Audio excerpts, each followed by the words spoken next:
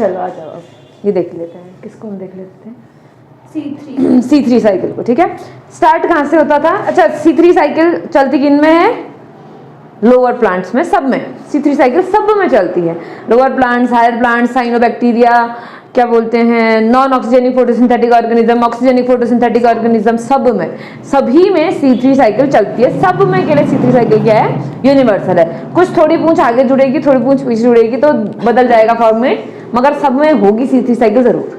ठीक है, C3 cycle होती किन में है? मीजोफिल सेल्स में होती है। सेल्स के भी कहाँ प्रेजेंट होती है? C3 प्लांट्स की बात हो रही है अभी, C4 वालों की बात नहीं हो रही है। ठीक है, हर जगह पर अलग अलग लोकेशन पे होती है। C3 प्लांट्स में जो डार्क रिएक्शन है वो कहाँ चलती है? क्लोरोप्लास्ट में चलती है। क्लोरोप्लास्ट के कौन से वाले पार्ट में? ग्रेना या स्ट्रोमा? स्ट्रोमा वाले पार्ट में चलती है। ठीक है, सबसे पहला हमारे पास में एक केमिकल होता है जिसका नाम है RUBP। परसों जो हमने पढ़ा था उससे कुछ बातें मैं एक्स्ट्रा बताऊंगी आज। परसों बुक वाला हमने पढ़ लिया था, कुछ चीजें मुझे ऐड करनी है उसमें जो बुक में नहीं लिखी है, मतलब लिखी भी है नहीं भी लिखी है, कुछ इस तरीके से गोलमोल कर रखा है, कहीं थ्योरी में एक दो शब्द जोड़ दिए हैं, बस हो गया, उतना ही कर रखा है, तो उसको भी हम थोड़ा सा पढ़ लेंगे। तो सबसे पहला हमारे पास क्या होता है? RUBP। RUBP का फुल फॉर्म क्या है? Ribulose bis phosphate. राइबुलोज कितना कार्बन वाला कार्बोहाइड्रेट है? 5 कार्बन वाला कार्बोहाइड्रेट है। ठीक है, 5 कार्बन इसके पास में ऑलरेडी प्रेजेंट है। अब जब ये RUBP रिएक्ट करता है किसके साथ में? कार्बन डाइऑक्साइड के साथ में, तो ये कन्वर्ट होता है एक 6 कार्बन वाले अनस्टेबल कंपाउंड में। ठीक है, अब इसको थोड़ा सा कुछ चीज मॉडिफाई करनी है मैंने। तुम लोगों की बुक में CO2 + H2O लिखा है, वो क्यों लिखा है वो समझा देती हूँ मैं, बाकी डिटेल में समझाया नहीं है। अब पीछे C4 वाले में दिखा रखा है एक जगह पर, C3 वाले में दिखाया नहीं है, होता क्यों वो समझ लो। जो कार्बन डाइऑक्साइड गैस है वो गैसियस फॉर्म में रिएक्ट नहीं करती है RUBP के साथ में। कार्बन डाइऑक्साइड रिएक्ट करती है, क्योंकि जैसे स्टोमेटा से अंदर आएगी, अंदर आते ही वाटर से रिएक्ट कर जाएगी। कार्बोनिक एनहाइड्रेट्स तो है ही हमारे पास में, है ना, तो वो क्या करेगी? CO2 के साथ में वाटर को जोड़ देगी। याद है तुम लोगों ने RBC में पढ़ा था कार्बोनिक एनहाइड्रेट्स, याद है? कार्बोनिक एनहाइड्रेट्स क्या करता है? कार्बन डाइऑक्साइड को वाटर के साथ जोड़ता है और क्या बना देता है?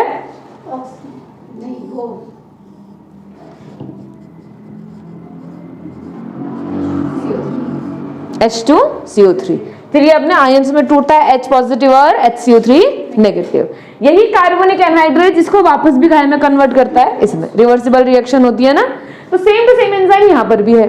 ये क्या करेगा? वाटर को ऐड करवाएगा कार्बन डाइऑक्साइड के साथ में। तुम्हारी बुक में ऐसे ही लिखा है, CO2 + H2O लिखा है।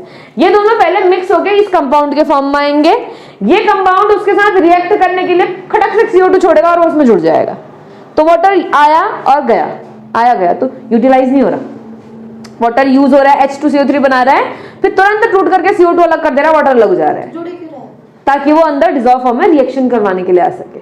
कैसे स्टेट में रिएक्शन नहीं हो पा रही है, इसीलिए उसको डिसॉल्व फॉर्म में, केमिकल फॉर्म में ला रहा है ताकि रिएक्शन हो सके।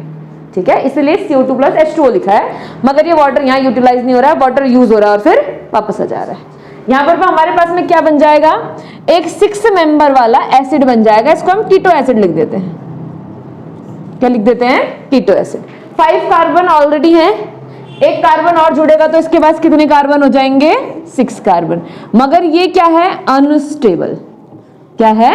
अनस्टेबल। इसीलिए हमारी बुक में इसका जिक्र नहीं किया गया है। मगर क्या किया? देखो 2 एरो बना रखे हैं। कार्बोक्सिलेशन के बाद कितने एरो बनाए हैं? 2 एरो बनाए हैं।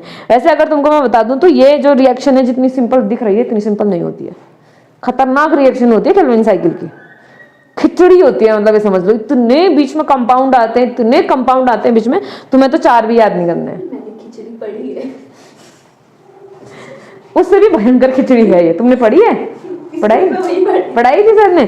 वो खिचड़ी पढ़ने की बहुत रिक्वायरमेंट है, जितने की रिक्वायरमेंट हो तो मैं पढ़ा दूंगी तुमको। ज्यादा वो सक्सिनाइल को एंजाइम ये वगैरह क्या एक में बीच में सेडोएप्टेन वगैरह बनता है, वो पढ़ा रखा है, सेडोएप्टोज वगैरह। चलो कोई बात नहीं, डिथ्रोज, सेडोएप्टोज ये सब बनता है, फिर RUMP बनता है, फिर RUBP। RUMP तो मैंने भी बताया था 7%। ठीक है, उतना ज्यादा नहीं पढ़ेंगे, लेकिन जितने की थोड़ा बहुत रिक्वायरमेंट है उतना पढ़ेंगे। तो पहले एक 6 कार्बन वाला कीटो एसिड बनता है, फिर ये कीटो एसिड ब्रेक हो जाता है, इसको हम मिटा देते हैं। ठीक है, ये कीटो एसिड ब्रेक हो जाता है, 2 मॉलिक्यूल क्या बना देता है? 2 मॉलिक्यूल क्या बनते हैं? PGA का फुल फॉर्म 3-फॉस्फोग्लिसरिक एसिड। अब डिसॉल्व फॉर्म में रहेगा तो H छोड़ देगा तो 3-फॉस्फोग्लिसरेट बोल देंगे। फॉस्फोग्लिसरेट बोले चाहे फॉस्फोग्लिसरिक एसिड बोले, बात एक ही है, ठीक है।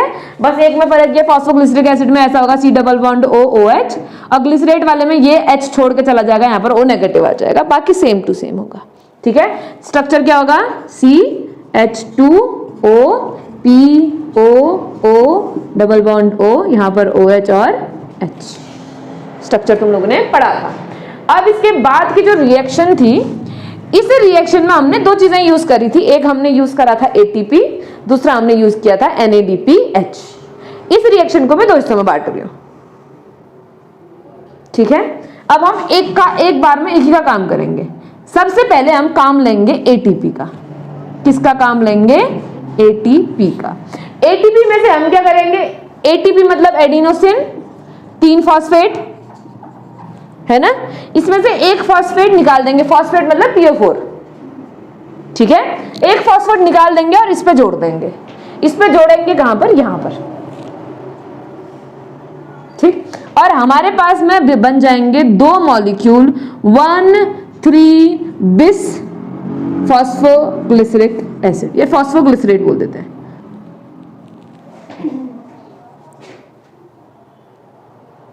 ठीक है। 1,3-बिस फॉस्फोग्लिसरिक एसिड, फॉस्फोग्लिसरेट जो कहना चाहो तुम्हारी इच्छा, फॉस्फोग्लिसरिक एसिड बोल दो वो भी चलेगा। बस अभी तक क्या था, सिर्फ 3 कार्बन पर था, अब किस पर भी आ गया, 1 कार्बन पे। PGA ही लिख देते हैं, चलो BPG भी बोलते हैं, BPG मतलब बिस फॉस्फोग्लिसरेट, BPG शॉर्ट फॉर्म, ठीक है। BPGA बोलोगे तो बिस फॉस्फोग्लिसरिक एसिड। अब क्या होगा, ये ATP काहे में कन्वर्ट हो जाएगा, इसकी वजह से ADP में, और फॉस्फेट आकर के किस पे जुड़ जाएगा, चलो हटाई देती हूँ, मेरे को मन नहीं कर रहा इसको लगाने का। फॉस्फेट आके किस पे जुड़ जाएगा, इस पे जुड़ जाएगा। अब क्या होगा देखो, अब आएगा NADPH2 लिख देते हैं, H प्लस H पॉजिटिव, लंबा हो जाता है थोड़ा सा। ये कन्वर्ट होगा किसमें, NADP पॉजिटिव में। ये तो आउटकम है, यहां पर बनता क्या है, क्या बनता है, PGAL। क्या बनता है, PGAL 3 फॉस्फोग्लिसरल्डिहाइड। क्या बनता है, 3 फॉस्फोग्लिसरल्डिहाइड। ग्लिसरल्डिहाइड बनाने के लिए हाइड्रोजन जोड़ने की जरूरत है, बताया था मैंने तुमको। यहां पर इस पे क्या जुड़ गया है, P जुड़ गया है बिस फॉस्फोग्लिसरिक एसिड बनाने के लिए, बिस फॉस्फोग्लिसरेट बनाने के लिए। इसमें से इस पूरे को हटा देंगे और इसके अलावा इसके बदले क्या जोड़ देंगे, H जोड़ देंगे, और ये H किससे आ जाएगा, इससे यूज हो जाएगा। NADPH2 क्या H देगा और क्या बन जाएगा, फॉस्फोग्लिसरल्डिहाइड बन जाएगा। फिर फॉस्फोग्लिसरल्डिहाइड अपना हेक्सोज 1,6 बिस फॉस्फेट बनाएगा, है ना। उसके बाद फ्रक्टोज 1,6 बिस फॉस्फेट बनाएगा, फिर फ्रक्टोज 6 फॉस्फेट बनाएगा, फिर ग्लूकोज 6 फॉस्फेट बनाएगा, ग्लूकोज बनाएगा। ग्लूकोज कन्वर्ट हो जाएगा स्टार्च या सुक्रोज में, स्टोर होना होगा तो स्टार्च, अगर ट्रेवल करना होगा तो सुक्रोज, ठीक है। तो यहां से क्या बन जाएगा, हमारा ग्लूकोज बन जाएगा। मगर यही काम तो है नहीं, बस हमें क्या भी चाहिए, हमें वापस RUBP भी चाहिए। अच्छा, ये रिएक्शन जो हो रही है, ये वाली रिएक्शन है किसकी प्रेजेंस में हो रही है, रुबिस्को। किसकी प्रेजेंस में हो रही है, रुबिस्को की प्रेजेंस में हो रही है। और रुबिस्को ना बहुत ही एकदम खत्म टाइप का एंजाइम है। खत्म टाइप का मतलब इसकी एक्टिविटी बहुत कम है, अच्छे से काम नहीं करता है, एफिशिएंट नहीं है ज्यादा, ठीक है। एक इंसान है जिसको अगर मैं कुछ लिखने को दूं तो आधे घंटे में 10 पन्ने लिख दे, और एक इंसान है जिसको लिखने को दो आधे घंटे में 2 ही पन्ने लिखे। लिख तो दोनों रहे हैं, मगर एक की जो एफिशिएंसी है वो कम है और दूसरे की एफिशिएंसी क्या है, ज्यादा है। रुबिस्को की एफिशिएंसी बहुत कम होती है, इसलिए रुबिस्को का अमाउंट बहुत ज्यादा होता है, ठीक है। अब एक बच्चा 2 ही पन्ने लिख पा रहा है तो मैं क्या करूंगी, 5 बच्चों को बैठा दूंगी कि लिखो अब 10 पन्ने आधे घंटे में, काम चाहिए मुझे बस, है ना। तो इसकी वजह से हमने रुबिस्को का अमाउंट बढ़ा देता है प्लांट में, इसलिए रुबिस्को मोस्ट अबंडेंट भी बन जाता है। एक तो सब में है, बहुत सारों में है, और जिनमें भी उनमें सबसे ज्यादा है, क्योंकि काम ही नहीं करता अच्छे से, इसलिए इसके बहुत सारे भाई बहन बना दिए हमने। क्योंकि जितना ज्यादा रुबिस्को होगा उतना ज्यादा डार्क रिएक्शन हो पाएगी, क्योंकि लाइट रिएक्शन तो फटाफट हो रही है, लाइट रिएक्शन होते जाएगी, डार्क रिएक्शन होगी ही नहीं। तो फिर हमें NADP से NADPH2 से NADP वापस मिलेगा नहीं कभी, ATP से ADP वापस मिलेगा नहीं कभी। सेल कहाँ लाइट रिएक्शन भी कर पाएगी, उसके बाद में अटक जाएगी ना थोड़े टाइम के बाद। तो इसलिए हमको क्या चाहिए, लाइट रिएक्शन जिस स्पीड से चल रही है डार्क रिएक्शन भी उसी स्पीड से चलनी चाहिए। लाइट रिएक्शन में तो ऐसा कोई झोलझाल है नहीं, लेकिन डार्क रिएक्शन में रुबिस्को थोड़ा कामचोर है, तो इसलिए इसका नंबर बढ़ा देते हैं ताकि काम कर ले अपना आराम से। ठीक है, इसका काम आएगा अभी C4 में थोड़ा समय बाद। तो PGL से क्या बन गया, ग्लूकोज बन गया। अब इसके कुछ मॉलिक्यूल क्या करेंगे, अच्छा इसके भी कितने मॉलिक्यूल बने होंगे, 2 मॉलिक्यूल बने होंगे। ठीक, ये फिर कन्वर्ट होगा RUMP में, राइबुलोज मोनोफॉस्फेट। फिर ribulose monophosphate again ATP use करेगा और ATP यूज करके क्या बना देगा, राइबुलोज बिसफॉस्फेट। ADP तो रिजल्ट में बन रहा है रे, बना क्या रहा है वो, राइबुलोज बिसफॉस्फेट बना रहा है। ठीक है, अब मुझे बताओ यहाँ पर कितने मॉलिक्यूल थे जिनको हमने फॉस्फेट जोड़ना था, 2 मॉलिक्यूल थे, तो ATP कितने यूज होंगे, 2। सेम टू सेम यहाँ पर NADP भी कितने यूज होंगे। ठीक है, अब कुछ बातें आते हैं। मैंने तुम्हें बोला था एक शब्द होता है फॉस्फोराइलेशन। फॉस्फोराइलेशन क्या होता है, ATP का बनना। अगर मैं ATP के बनने को थोड़ा तोड़ के तुमको समझाऊं तो मैं ATP नहीं बना रही हूं, मैं क्या कर रही हूं, मैं ADP से ATP बना रही हूं।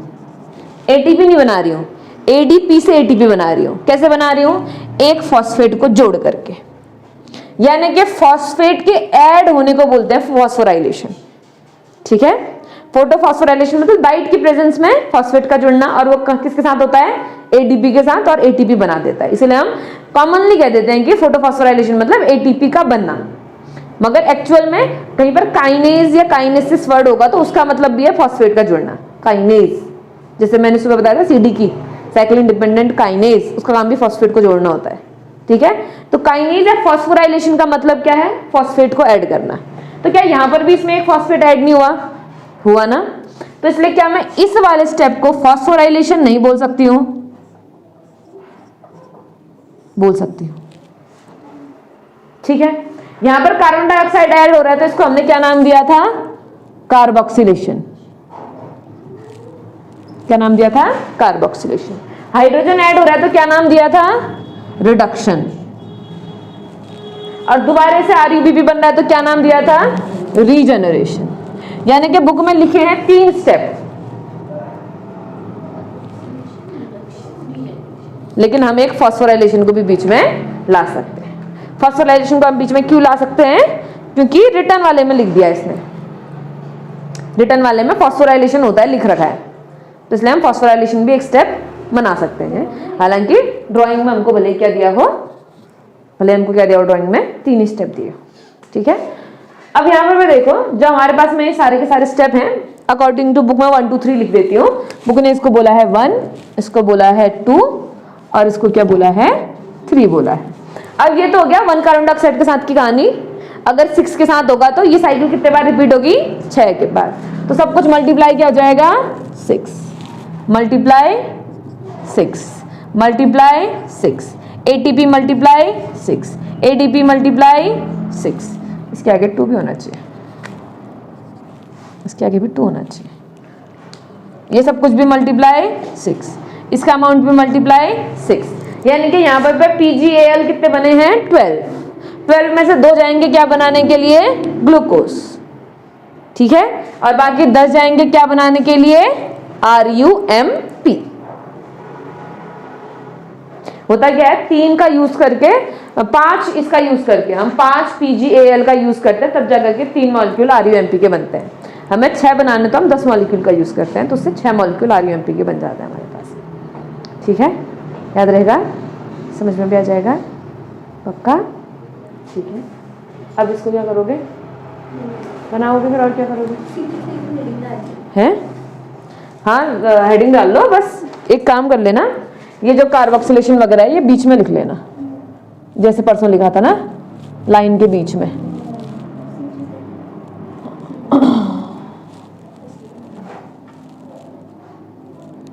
रुको, यहाँ पर कार्बोक्सिलेशन लिख लेना। हाँ,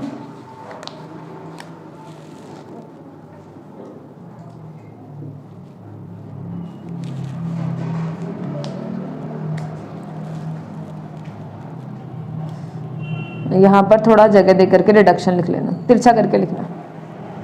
वहां पर रीजनरेशन लिख देना, यहाँ पर नहीं, यहाँ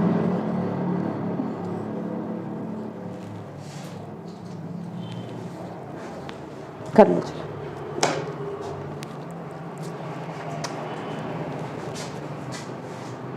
एक चीज बतानी थी, भूल गई थी। जो कीटो एसिड होता है ना, ऐसा 6 कार्बन का एसिड है, 1 2 3 4 5 6, 6 कार्बन का एसिड है। इसमें इस कोने पर भी फॉस्फेट जुड़ा हुआ है, इस कोने पर भी फॉस्फेट जुड़ा हुआ है, ठीक है।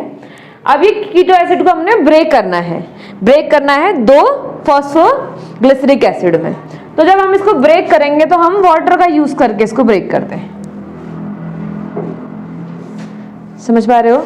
वैसे ये 6 कार्बन इस तरीके से होता है, तुमको थोड़ा सा और अगर अच्छे से बता दूं तो यहाँ पर होता है C डबल बॉन्ड O, जो हमारा कार्बन डाइऑक्साइड जुड़ा है वो यहाँ पर जुड़ा है, जो अलग से कार्बन डाइऑक्साइड आया ना उसमें ये पूरा ये RUBP है।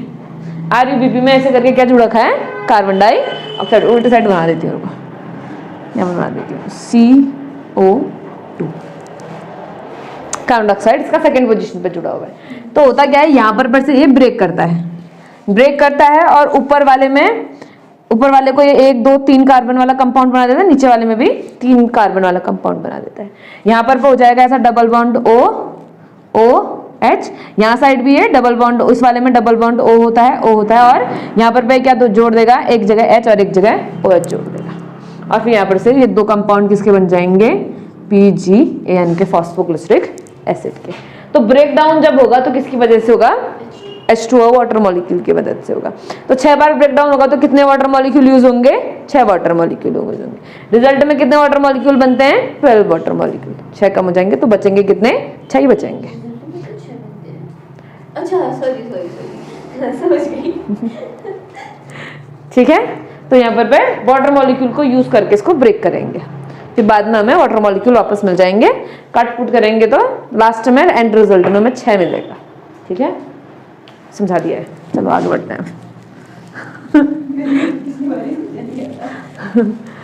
चलो सब नहीं है, बीच बीच में क्लास छोड़ेंगे तो फिर कहाँ समझ में आएगा। केमिस्ट्री के नाम अब ऐसे ही होते हैं, क्या कर सकते हैं। वैसे नाम भी थोड़ा लॉजिकली नाम है, नेमिंग फॉर्मूला लगाना टफ है, केमिस्ट्री में नाम याद करना टफ है। नाम याद है अब बायो में तो केमिस्ट्री जुड़ती है, तो पूरी याद करना टफ है। चलो अब हम आते हैं C4 साइकिल के ऊपर। किसके ऊपर,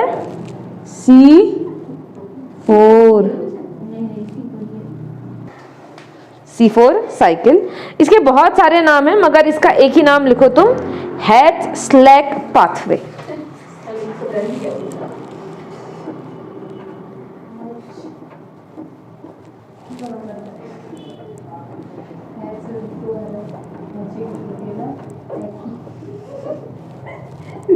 हैच और स्लैकनेस को बताया था, इसलिए इन्हीं के नाम पे हैच स्लैक पाथवे बोलता है।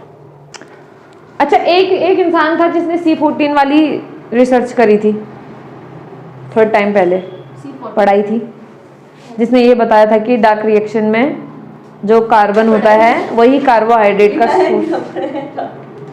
दिखाया नहीं है, दिखाया नहीं है, नहीं दिखाया। ऐसा क्यों यार,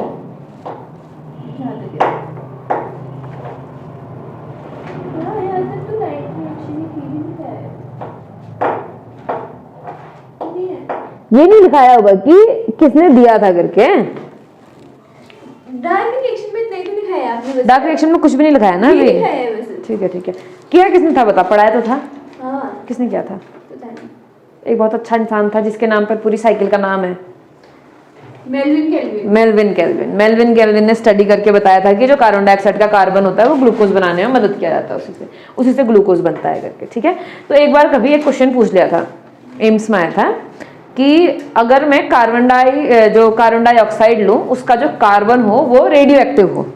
अभी मैं C3 साइकिल की बात कर रही हूँ, ठीक है। C3 साइकिल में जो बाहर से कार्बन डाइऑक्साइड आ रहा है, ये कार्बन क्या है, रेडियो एक्टिव वाला है। तो जो PGA के मॉलिक्यूल बनेंगे उसके कितने मॉलिक्यूल रेडियो एक्टिव होंगे, ये था क्वेश्चन। एक कार्बन डाइऑक्साइड यूज कर रहे हैं तो RuBP भी एक ही यूज होगा, RuBP भी एक ही यूज होगा। RuBP में CO2 जुड़ेगा तो 5 तो नॉर्मल ही है, RuBP तो नॉर्मल है ना, सिर्फ एक ही कार्बन जो यहाँ पर आकर के जुड़ रहा है वही तो रेडियो एक्टिव होगा, और ये इन दोनों में से किसी एक ही मॉलिक्यूल के पास तो जाएगा। यानी कि पीजीए के कितने मॉलिक्यूल रेडियो एक्टिव होंगे? एक मॉलिक्यूल एक साइकिल में। अगर 6 साइकिल हुई तो 6 मॉलिक्यूल, 6 मॉलिक्यूल रेडियो एक्टिव नहीं होंगे। आंसर में एक भी था ऑप्शन, 2 भी था, लोगों ने 2 टिक कर दिए थे क्योंकि पीजीए के 2 मॉलिक्यूल बनते हैं, 2 रेडियो एक्टिव होंगे करके, लेकिन बनेगा कितना रेडियो एक्टिव? 1, क्योंकि एक ही कार्बन है ना, एक ही के पास तो जा सकता है, दोनों मॉलिक्यूल के पास थोड़ी जा पाएगा एक ही कार्बन, एक ही के पास जा पाएगा, इसीलिए रेडियो एक्टिव भी पीजीए का एक ही का 50%।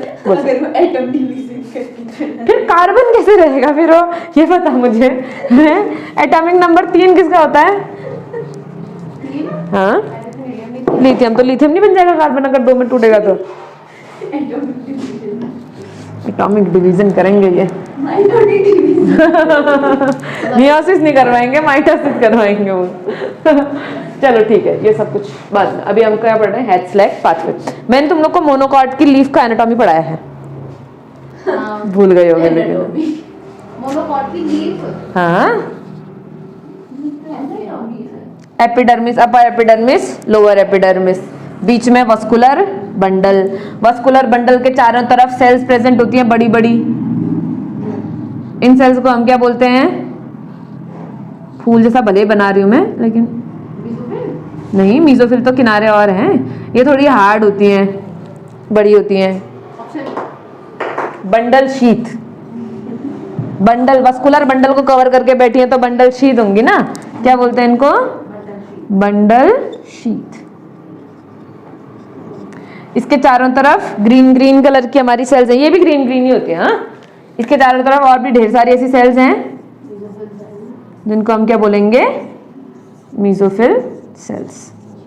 इसको हम बोलते हैं क्रेंज एनाटॉमी। क्रेंज एनाटॉमी, हाँ यही पूछी थी ना मैं आपसे, मुझे याद आया। इस वाले इसको बोलते हैं क्रेंज एनाटॉमी। क्रेंज एनाटॉमी मतलब एनाटॉमी का मतलब arrangement of cells, internal structure. Kranz, Kranz, आपने N sorry KRENZ, Kranz anatomy. ठीक है, क्रेंज एनाटॉमी का मतलब हुआ कि ऐसा अरेंजमेंट जिसमें वस्कुलर बंडल के चारों तरफ बंडल शीथ हो।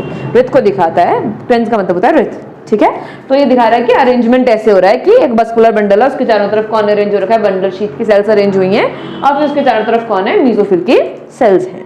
अब थोड़ा सा ये तुमको बता देती हूँ कि जो बंडल शीथ की सेल्स हैं वो ऑब्वियसली कहाँ है? बीच में है, और मीजोफिल की सेल्स ऊपर और नीचे हैं। ये जो प्रेजेंट होते हैं ना, ये जो प्लांट्स प्रेजेंट होते हैं, ये हाई इंटेंसिटी वाली लाइट में अच्छे से काम कर लेते हैं। क्यों काम कर लेते हैं? क्योंकि इनका जो मेन काम हो रहा होता है वो बंडल शीथ की सेल्स में हो रहा होता है। मीजोफिल की सेल्स जो बाहर से लाइट को एब्जॉर्ब कर रही हैं, वो बाहर की इंटेंसिटी वाली लाइट को एब्जॉर्ब करके अंदर उसको ट्रांसफर कर देंगे, उसके आउटकम को अंदर ट्रांसफर कर देंगे। ठीक है, अभी मैं इसका एक डब्बे वाला फोटो बनाऊंगी तो तुमको थोड़ा सा समझ में आएगा। तो ये हाई टेम्परेचर वाली लाइट को जीत लेते हैं।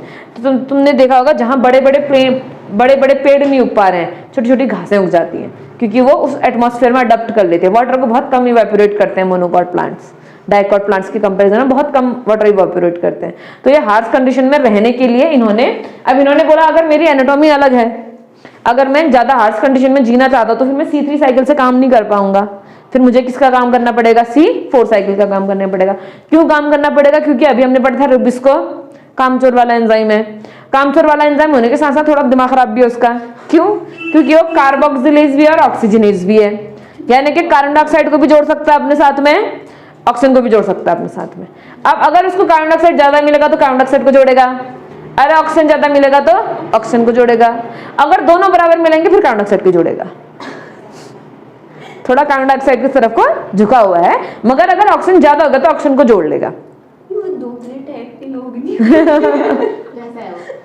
ठीक है, तो अगर हम उससे बोलेंगे कि तू फोटोसिंथेसिस एफिशिएंटली कर ले, तो वो नहीं कर पा रहे क्योंकि ऑलरेडी एक तो स्लो है वो, दूसरा अगर ऑक्सीजन अमाउंट ज्यादा हो गया सेल्स के अंदर में फिर कार्बन डाइऑक्साइड को नहीं जोड़ेगा अपने साथ में, ऑलरेडी वैसे ही कामचोर है, ऑक्सीजन बढ़ गया तो और ही मौका मिल गया उसको कि और काम नहीं करेगा फिर वो।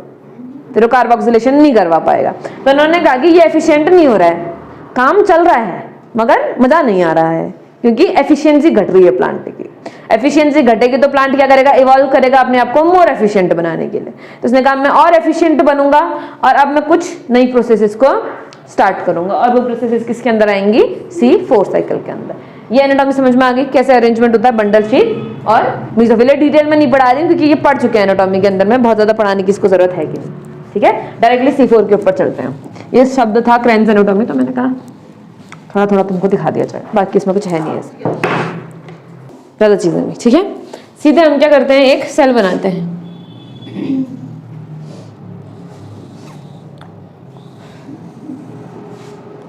एक को हम बना देते हैं मीजोफिल सेल,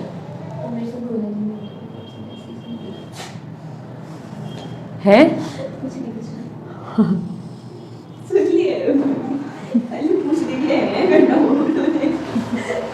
मैंने तो सुना, सही सुना। हमने सही बोला, आपने जो सुना वो सही बोल सुना। वही बोला मैंने, वही कहना चाहते थे हम। बोल, तुम्हारे बुक में यही ड्राइंग ऐसे लंबे करके है, एक सेल ऊपर एक सेल नीचे है, कंफ्यूज नहीं होना। ये वो ऐसा ही बना दूं, एक सेल ऊपर एक सेल नीचे बना दूं, ये ऐसे में समझ जाओगे, दिक्कत तो नहीं होगी ना कोई, ठीक है। तो हमारे पास में बाहर एटमॉस्फेयर में कौन प्रेजेंट है, कार्बन डाइऑक्साइड। मैंने बोला था जब अंदर आएगा तो किस फॉर्म में आएगा, कार्बोनिक एसिड के फॉर्म में आएगा, HCO3 negative in the presence of carbonic anhydrase. फिर कार्बोनिक एनहाइड्रेज की ही प्रेजेंस में ये ब्रेक हो जाएगा कार्बन डाइऑक्साइड और वाटर में। तो वाटर आया वाटर गया, कोई फर्क नहीं पड़ा हमको, ठीक है। ये जो कार्बोनिक एसिड है, अब हम C4 साइकिल पढ़ रहे हैं तो सारी चीजें थोड़ी सी नई होने वाली हैं। हमारे पास में दो सेल हैं, एक सेल नंबर 1, सेल नंबर 2। मुझे बताओ जो बंडल शीट है वो तो सेंटर में है, बाहर की तरफ को मीजोफिल्स है, तो कार्बन डाइऑक्साइड किसको मिलेगी, मीजोफिल्स को। बंडल शीट तो बीच में है ना, तो बाहर कार्बन डाइऑक्साइड भी मीजोफिल्स को ही मिलेगी, ऑक्सीजन भी किसको मिलेगी, मीजोफिल्स को ही मिलेगी। तो बाहर से क्या किया इसने, कार्बन डाइऑक्साइड पकड़ी, लाइट रिएक्शन वगैरह सब होनी है। यहाँ पर थोड़ा सा हम डिटेल देख लेते हैं। यहाँ पर हमारे पास में क्या होता है, एक प्लास्टिड नाम का ऑर्गेनेल होता है, ठीक है। ये कौन सी सेल है हमारी, मीजोफिल सेल, ठीक। ये सेल है हमारी बंडल शीथ सेल। उसके बाद भी प्लास्टिड होगा तो इसके बाद भी प्लास्टिड होगा, प्लांट सेल तो ये भी है। याद रखना बंडल शीथ सेल में तो प्लास्टिड और ज्यादा होता है, क्लोरोप्लास्ट बहुत ज्यादा होता है बंडल शीथ सेल में इन कंपैरिजन विद मीजोफिल, ठीक है। अब लेकिन एक फर्क है, हमारे पास में जो भी क्लोरोप्लास्ट होते हैं उनके अंदर में दो टाइप के लैमिला होते हैं, एक ग्रेना लैमिला और एक स्ट्रोमा लैमिला। ये जो हमारे पास मीजोफिल सेल्स हैं इनके पास ग्रेना लैमिला भी हैं और स्ट्रोमा लैमिला भी है। इसका मतलब यहाँ ऐसे ग्रेना भी स्टैक्ड हैं और साथ साथ कौन भी हैं, स्ट्रोमा भी हैं। ग्रेना और स्ट्रोमा दोनों हैं। हमें पता है ग्रेना वाले में कौन कौन हो सकता है, PS1 और PS2 दोनों हो सकता है, क्योंकि PS1 तो अप्रेस्ड पार्ट में होता है और PS2 नॉन अप्रेस्ड पार्ट में होता है। और हमारे पास में नहीं, उल्टा नहीं हो गया, नहीं उल्टा हो गया शायद ये, हाँ। नॉन अप्रेस्ड पार्ट में PS1 जो एक्सपोज्ड होता है सनलाइट की तरफ को, उसमें होता है PS1, और जो एक्सपोज्ड नहीं होता उसमें क्या होता है, PS2 अप्रेस्ड पार्ट में, ठीक। ये वाला तो पूरा का पूरा नॉन अप्रेस्ड ही है, तो यहाँ पर सिर्फ क्या क्या होगा, PS1 होगा। यहाँ पर PS1 PS2 दोनों है, इसमें PS1 है, लाइट रिएक्शन पूरी होगी ना, कोई दिक्कत नहीं होगी। PS1 होगा तो वाटर ब्रेक करेगा, वाटर ब्रेक करेगा तो प्रोटॉन मिलेंगे और ऑक्सीजन रिलीज होगी, ठीक है।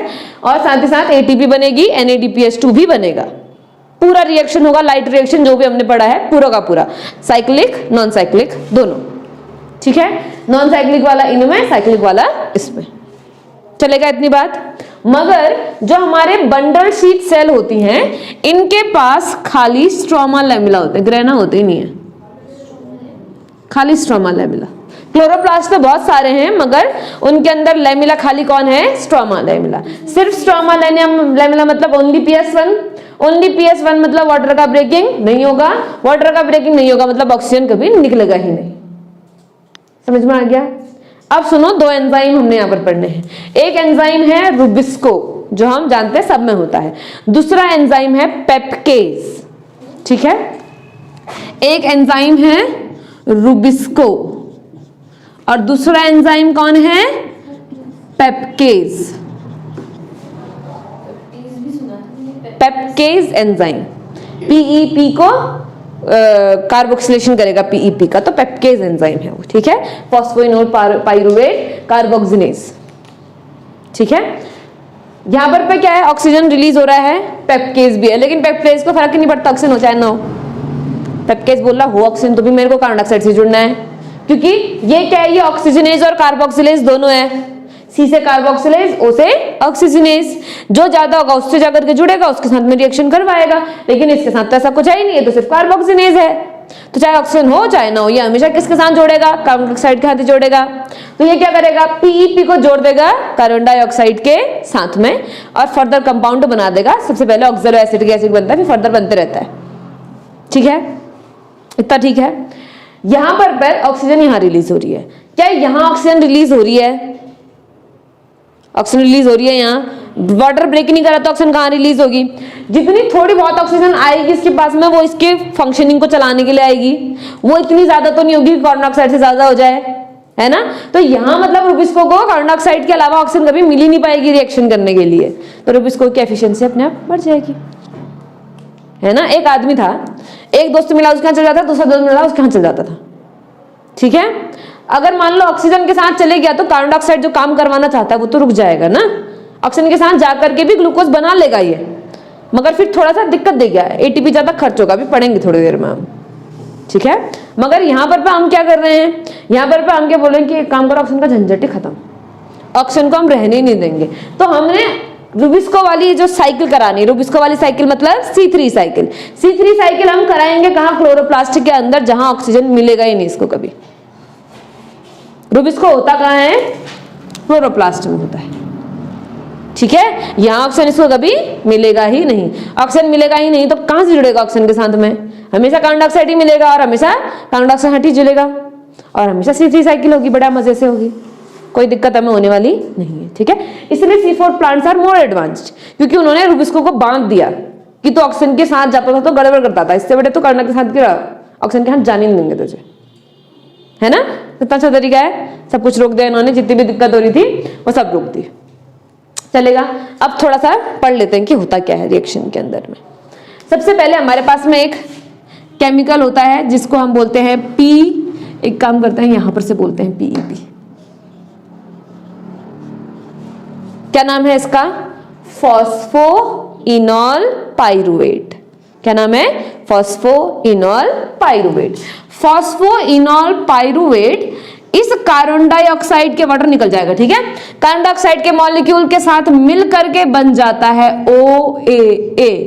OAA क्या है? Oxalo acidic acid. इसके पास में कितने कार्बन? 3 कार्बन। इसके पास में कितना carbon? 1 carbon. Oxalo acidic acid के पास में कितना कार्बन? 4 कार्बन। इसका बैलेंसिंग ठीक है, बिल्कुल कुछ नहीं करना है इन्होंने, ठीक है। यहां पर वो 1 से 2 मॉलिक्यूल बनेंगे वाला कोई हिसाब किताब नहीं है। 1 मॉलिक्यूल पीईपी, 1 मॉलिक्यूल OA, काम चल जाएगा। अब ये ऑक्सैलो एसिडिक एसिड जाएगा प्लास्टिड के अंदर। प्लास्टिड के अंदर जा करके ये बदल जाएगा एक एसिड में, जिस एसिड को हम बोलते हैं मैलिक एसिड। क्या नाम है? Malic acid. Malic acid. यहां मैलिक एसिड बनाते समय पर यूज होगा NADPH2 और बन जाएगा NADP+, ठीक है। बुक में लिखा है कि कुछ प्लांट्स में मैलिक एसिड बनता है और कुछ प्लांट्स में एस्पार्टिक एसिड बनता है, ठीक है। कुछ प्लांट्स में क्या बनेगा, इसको यहां लिख देती हूं 1 मिनट, हाँ, क्योंकि एस्पार्टिक एसिड प्लास्टिड के अंदर नहीं बनता, भारी बन जाता है, उसके लिए प्लास्टिड के अंदर जाने की जरूरत नहीं पड़ती है, तो साइटोप्लाज्म में बन जाता है एस्पार्टिक। दोनों एक साथ नहीं बनेंगे, हाँ, या तो मैलिक एसिड ही बनेगा या तो एस्पार्टिक एसिड ही बनेगा, दोनों एक साथ नहीं बनेंगे। फिर ये मैलिक एसिड या एस्पार्टिक एसिड प्लाज्मोडेस्माटा से होते हुए बगल वाले प्लांट में आएंगे। अच्छा, मैलिक एसिड कितने कार्बन वाला है? भी 4 कार्बन वाला है, एस्पार्टिक एसिड भी 4 कार्बन वाला है, ठीक है। ये होते हुए कहां से आ गए, प्लाज्मोडेस्माटा से होते हुए आ गए बगल की सेल में। रूबिस को मिटा देते हैं हम।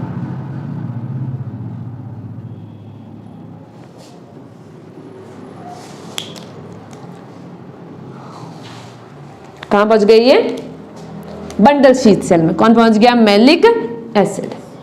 बंडल शीथ सेल में ये मैलिक एसिड ब्रेक करेगा और कन्वर्ट हो जाएगा पाइरुविक एसिड में। कैसे बताएं, कैसे बताएं तू तुझको चाहे यार बता ना पाए। चलो, काय में कन्वर्ट हो गया, पाइरुविक एसिड में कन्वर्ट हो गया। साथ ही साथ अब देखो जो मैलिक एसिड है ये है 4 कार्बन कंपाउंड, ठीक। पाइरुविक एसिड है 3 कार्बन कंपाउंड, यानी कि इसने 1 कार्बन क्या कर दिया, रिलीज कर दिया। तो ये क्या करेगा, यहां से 1 कार्बन निकल जाएगा इसका, ठीक है। 1 कार्बन डाइऑक्साइड निकल जाएगा। साथ ही साथ NADP प्लस कन्वर्ट हो जाएगा NADPH2 में। समझ रहे हो क्या हो रहा है, एक खर्च हुआ एक बन गया, बराबर हिसाब, कोई दिक्कत नहीं होगी हमको। यहां पर कार्बन डाइऑक्साइड रिलीज हो गया। अब कार्बन डाइऑक्साइड कहां चले जाएगा, प्लास्टिड के अंदर। और प्लास्टिड के अंदर जाकर के कौन सी साइकिल करेगा अपनी बड़ी मजे से, C3 साइकिल। इसको तो कोई दिक्कत नहीं ना C3 साइकिल करने में, क्योंकि रूबिस्को वगैरह सब है यहाँ पर सारा काम होगा। C3 साइकिल अपनी चलते रहेगी। यहाँ पर क्या भी हो गया हमारा, NADP जो यूज हुआ था वही बन भी गया, तो NADP की रिक्वायरमेंट भी चेंज नहीं हुई। 12 C3 में भी चाहिए थे, 12 यहाँ भी चाहिए, क्योंकि यहाँ चाहिए कितने हैं 13, लेकिन एक निकल भी जा रहा है, तो 12 बैलेंस हो गया वो, ठीक है। अब बात आती है पाइरुविक एसिड की, क्योंकि ये भी एक C4 साइकिल है। साइकिल है मतलब यहाँ पर वापस PEP पे आना पड़ेगा, क्योंकि बहुत ऐसा अनलिमिटेड नहीं है हमारे पास में। हमने वापस से इसको PEP में क्या करना पड़ेगा, कन्वर्ट करना पड़ेगा। तो PEP का क्या होगा, रीजेनरेशन। क्या होगा, रीजेनरेशन, ठीक है। तो ये पाइरुविक एसिड अब फिर प्लाज्मोडेस्माटा से होते हुए कहां वापस आ जाएगा, अपने मीसोफिल सेल में। पाइरुविक एसिड या पाइरुवेट कह सकते हैं हम इसको, ठीक। पाइरुविक एसिड में हम 2 फॉस्फेट जोड़ देंगे, एक एंजाइम है इसकी मदद से, PPDK, फॉस्फोपाइरुवेट डाइकाइनेज। काइनेज मतलब फॉस्फेट जोड़ने वाला, ठीक है। तो हमारे पास में 3 C हैं ऐसे, C हमने यहां पर भी P जोड़ देना, यहां पर भी P जोड़ देना, बन जाएगा फॉस्फोइनोपाइरुवेट। समझ में आ रही है बात। तो हम लोगों ने क्या करना है, वापस से PEP को रीजनरेट करा देना है। कहां पर रीजनरेट होगा, मेसोफिल सेल्स में। बस एक ही दिक्कत है, अभी तक की सारी साइकिल बढ़िया चल रही है। जितना NADP पहले चाहिए था उतना NADP अभी भी चाहिए था। ATP यहां पर यूज होते जितने यूज होते हैं, है ना। लेकिन एक गड़बड़ हो गई। एक गड़बड़ क्या होगी, जब हम पाइरुविक एसिड से PEP बनाते हैं तो यहां पर हमें फॉस्फेट चाहिए। एंजाइम से क्या होगा, फॉस्फेट भी तो चाहिए जो इसमें चिपकाए जा सके। पाइरुविक एसिड में हमने क्या चिपकाने, 2 फॉस्फेट चिपकाने। वो फॉस्फेट किससे मिलेंगे, ATP से मिलेंगे, ठीक है। तो यहां पर एडिशनल 2 ATP खर्च होकर के क्या काय में बदल जाएंगे, ADP में। और इसके फॉस्फेट पकड़ के किस पे जोड़ दिया जाएगा, पाइरुविक एसिड पर, और क्या बन जाएगा, फॉस्फोइनॉल पाइरुवेट। तो बाकी सब ठीक चल रहा था अभी तक, सिर्फ इसको छोड़ करके। ये एक बार हुआ साइकिल। ऐसी साइकिल कितनी बार करवानी पड़ेगी हमने, 6 बार। तो यानी कि ये सब कुछ क्या हो जाएगा, multiplied by 6। Multiplied by 6 last में क्यों बता रही हूँ, क्योंकि अगर शुरू से मैं 6 × 6 करके चलूंगी तो उतना याद करना पड़ेगा तुमको। इससे बढ़िया लास्ट में सबको मल्टीप्लाई कर दो 6 से, बराबर ही मल्टीप्लाई होंगे सब। यहाँ पर भी सब कुछ मल्टीप्लाइड बाय 6, यहाँ पर भी 6 यूज होंगे 6 बनेंगे, 6 यूज होंगे 6 बनेंगे, तो बैलेंस हो गया है, ठीक है। 6 कार्बन डाइऑक्साइड कहां पहुंच गए, C3 साइकिल में, और C3 साइकिल में ग्लूकोज भी बन जाएगा और RUBP वापस भी रीजनरेट हो जाएगा, ठीक है। C3 साइकिल पूरी same to same. Pyruvic acid के कितने मॉलिक्यूल बने, 6 मॉलिक्यूल बने। 6 मॉलिक्यूल पाइरुविक एसिड के कन्वर्ट होंगे 6 मॉलिक्यूल PEP में। तो यहाँ पर 2 के बदले कितने यूज होंगे, 12 यूज होंगे। 2 के बदले 12, 6 टाइम्स ना 12। पहले C3 में कितने यूज हो रहे हैं ATP बताओ, C3 साइकिल में कितने ATP यूज होते हैं, 18 ATP। इस वाली में एडिशनल कितने यूज हो गए, 12 ATP रीजनरेशन में। तो टोटल कितने खर्च हुए, 30 ATP। NADP